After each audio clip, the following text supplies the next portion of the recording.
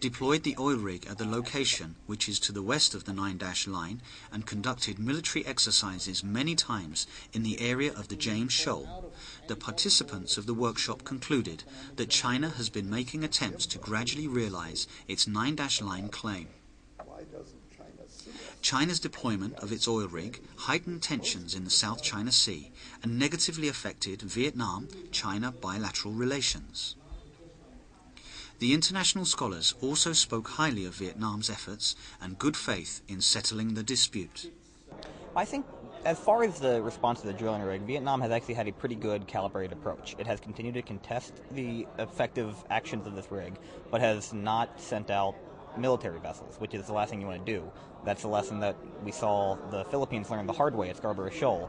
When you make a misstep by militarizing the dispute, China will step in and fill that void and change the status quo. So far, Vietnam has only been sending Coast Guard and Fisheries Administration vessels, along with fishing ships, and that's the right move. At the same time, it's trying to rally international support, make China look like a bad player in the international regime, in a sense trying to name and shame it into changing. It's not a perfect approach, but it is, I think, the best weapons that Vietnam has at the moment. The scholars also criticized China's deployment of hundreds of vessels of many kinds, including military vessels, to the area where the oil rig was placed. Specifically, participants were shocked when they watched video clips of China's aggressive firing of water cannons and intentionally ramming vessels of Vietnam Coast Guard and Vietnam Fisheries Administration, and even sinking Vietnamese fishing boat DNA 90152. The scholars said that those acts were extremely violent and inhumane and could be considered a warning for regional security.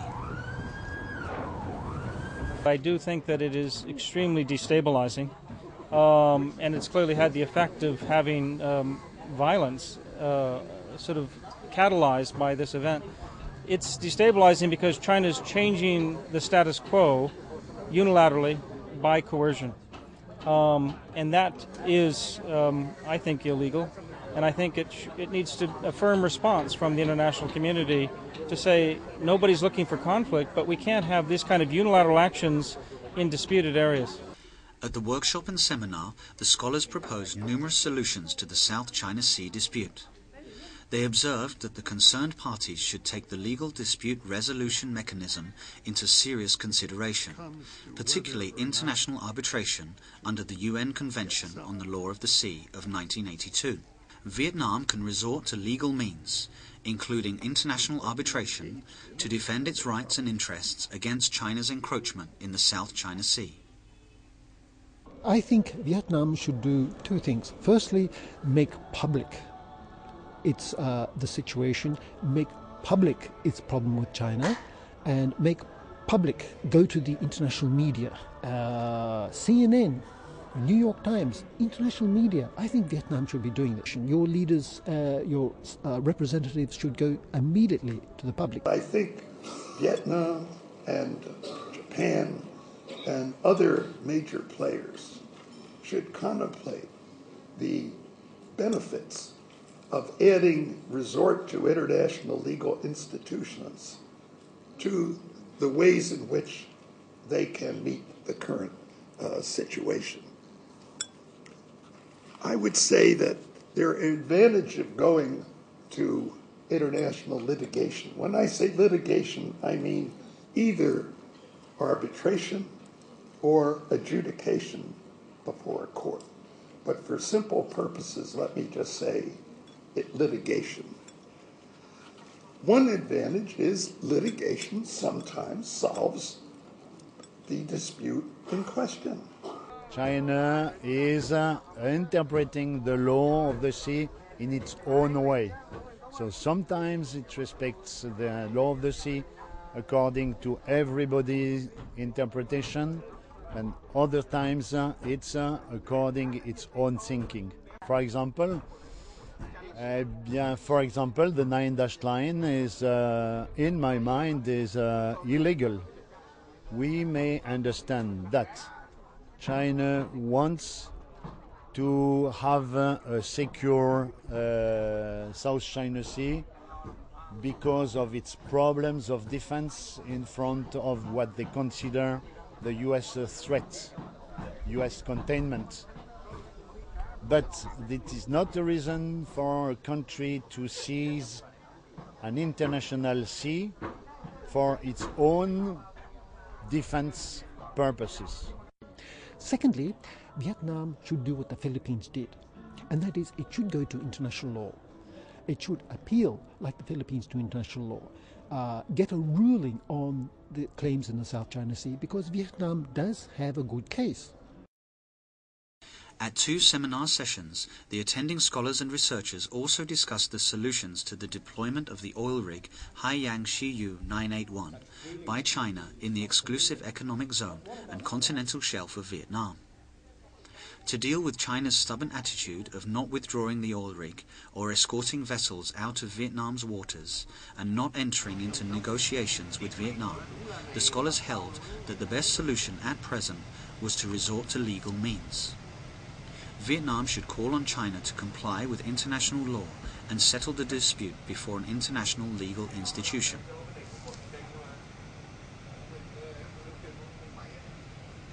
The participants appreciated the patience and goodwill of Vietnam in peacefully settling the dispute. They also expressed their views that it was time for Vietnam to resort to legal means, as China had disregarded diplomatic efforts by Vietnam, as well as discontent of the international community by maintaining the presence of the oil rig and taking illegal actions. The legal means is a peaceful dispute settlement provided in the United Nations Charter and international law, which is also consistent with Vietnam's policy in resolving the South China Sea dispute. It was proposed that Vietnam should refer to the Philippines' experience in the use of legal means. I think the Philippines would welcome Vietnam joining its case, but they would also welcome Vietnam making its own case. I'd also like Japan to come in, even though Japan does not border on the South China Sea. I think Japan should really come in because it's interested in access to the resources of the South China Sea, and it's interested in freedom of navigation. I wish the United States could come in, but the United States is so backward. We have not even acceded to UNCLOS. So we're denied the opportunity to use UNCLOS arbitration. So I'm trying to get the United States finally to ratify UNCLOS. So I think going through a process of arbitration, or at least preparing for such a process, could provide Vietnam with many advantages. The first one would be perhaps putting together a panel of renowned international law experts to draft whatever submission would be made under UNCLOS. And this would also, in that time, provide realization to Beijing of what is going to happen, and therefore increase the leverage of Vietnam, with the possibility of a peaceful negotiation prior to arbitration. But should Beijing not act responsibly, then still keeping the option open and having the relevant preparation for a carefully worded request for arbitration under UNCLOS, and that would also be critical that Vietnam or any disputant actually thinks exactly what it is that they are seeking.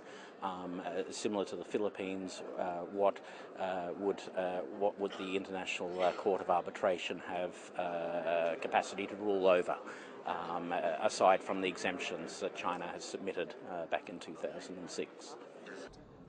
I think it's important at this stage, first of all, to avoid outright confrontation and conflict. Certainly, armed engagement on the sea is not something that Vietnam wants or desires, and I don't think it's something that China wants either.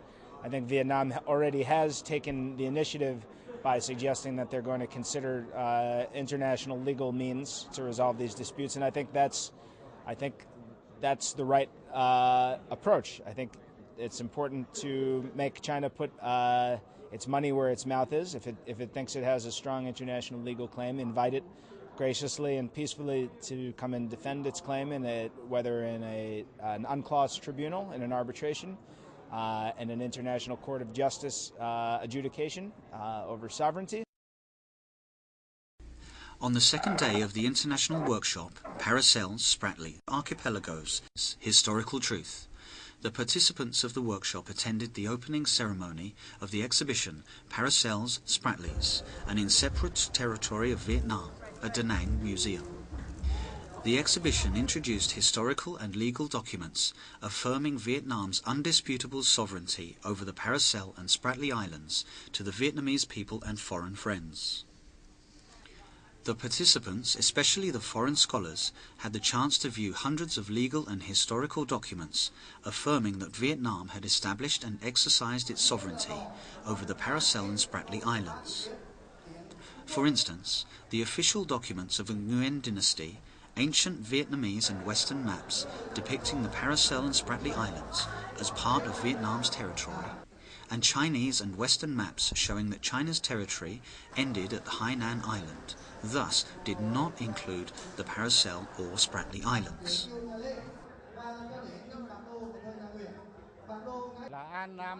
In my opinion, this is the most objective map affirming the Paracel Islands belongs to Vietnam. Western maps refer to the Paracels as Golden Sands, not Shisha. And according to the provided coordinates, this is the latitude 16 and 17. At these coordinates, China cannot claim that the Golden Sands is just an inshore island. That is completely unreasonable. There are hundreds of maps, but I find this map the most objective and precise one to affirm that the Paracel Islands belong to Vietnam.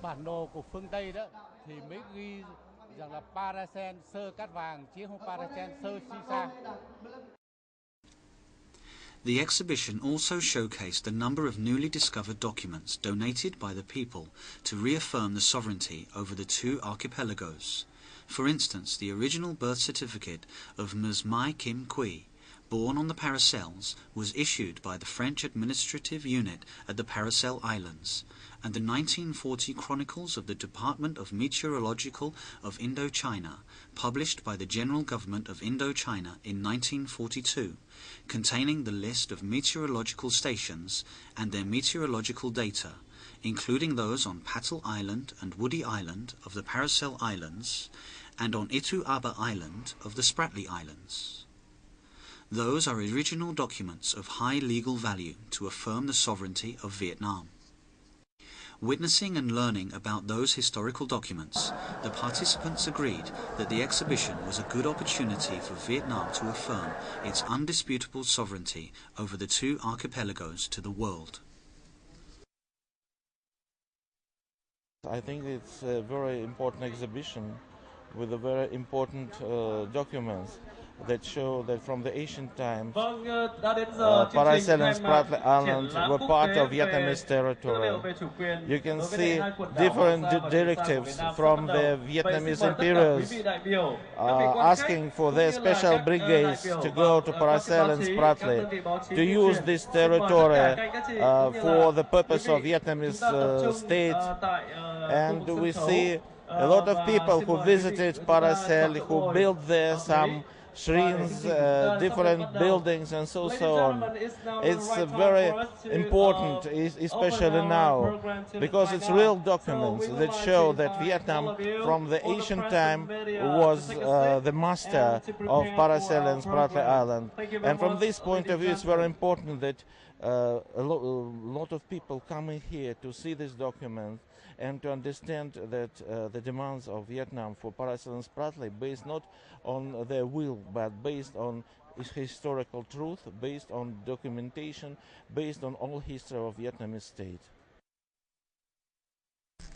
In the afternoon of the same day, the organizer arranged a visit to the Tok Hoang Loch and Sơn Cha Peninsula to witness the fishing boats DNA 90152 of a fisherman from Da Nang, which was sunk by a Chinese vessel on the afternoon of the 26th of May 2014, when the Vietnamese boat was fishing normally in Vietnam's waters 17 nautical miles from the oil rig. At the Tok Hoang Loch, the Vietnamese and foreign participants witnessed the puncture to the left board of the fishing boat DNA 90152TS, caused by a Chinese vessel.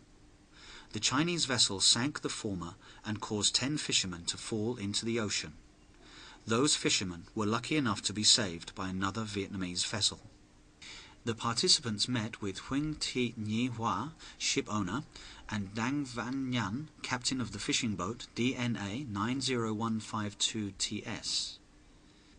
Dang Van Nhan said that on the afternoon of the 26th of May 2014, when his fishing boat DNA 90152TS was fishing normally in the exclusive economic zone and continental shelf of Vietnam, all of a sudden a Chinese vessel approached at high speed without prior notification, rammed and sank it, making Nhan and 9 other fishermen fall into the sea.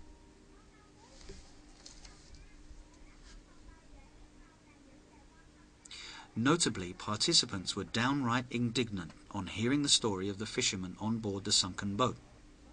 The Chinese vessel intentionally rammed many times and sank the fishing boat DNA 90152.